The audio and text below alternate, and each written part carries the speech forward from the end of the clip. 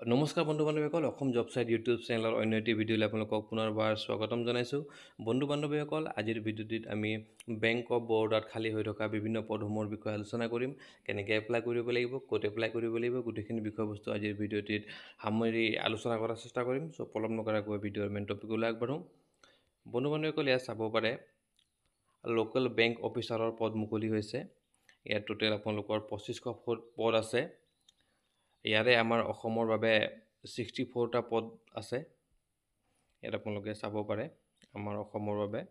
64টা পদ আছে তাৰপিছত ইয়াৰ বাবে কোৱালিফিকেশ্যন লাগিব মিনিমাম গ্ৰেজুৱেশ্যন কৰা হ'ব লাগিব লগতে লোকেল লেংগুৱেজ জানিব লাগিব যেনেকৈ আমাৰ অসমৰ বাবে অসমীয়া ভাষাটো ভালকৈ জানিব লাগিব তাৰপিছত পোষ্ট কোৱালিফিকেশ্যন এক্সপিৰিয়েঞ্চ বিচাৰিছে মিনিমাম এবছৰৰ এক্সপিৰিয়েঞ্চ লাগে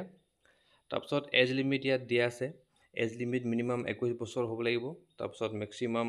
30 বছৰলৈকে দিয়া আছে অৱশ্যে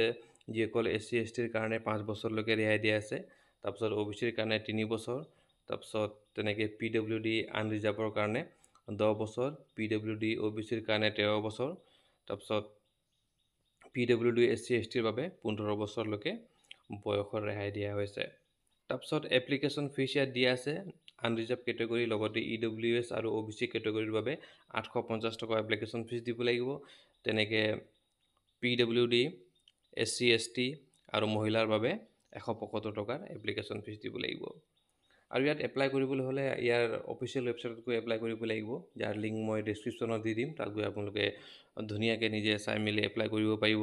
তাৰপিছত ইয়াৰ এপ্লাই কৰাৰ লাষ্ট ডেটটো হ'ল 18 আগষ্ট চ' আপোনালোকে 18 আগষ্টলৈকে এপ্লাই কৰিব পাৰিব চ' বন্ধু বান্ধৱীসকল আপোনালোকক কিবা সুধিবলগীয়া থাকিলে কমেণ্টত জনাব মই ৰিপ্লাই দিয়াৰ চেষ্টা কৰিম লগ পাম কাইলৈ আকৌ এটা নতুন চাকৰিৰ খবৰৰ সৈতে বাই বাই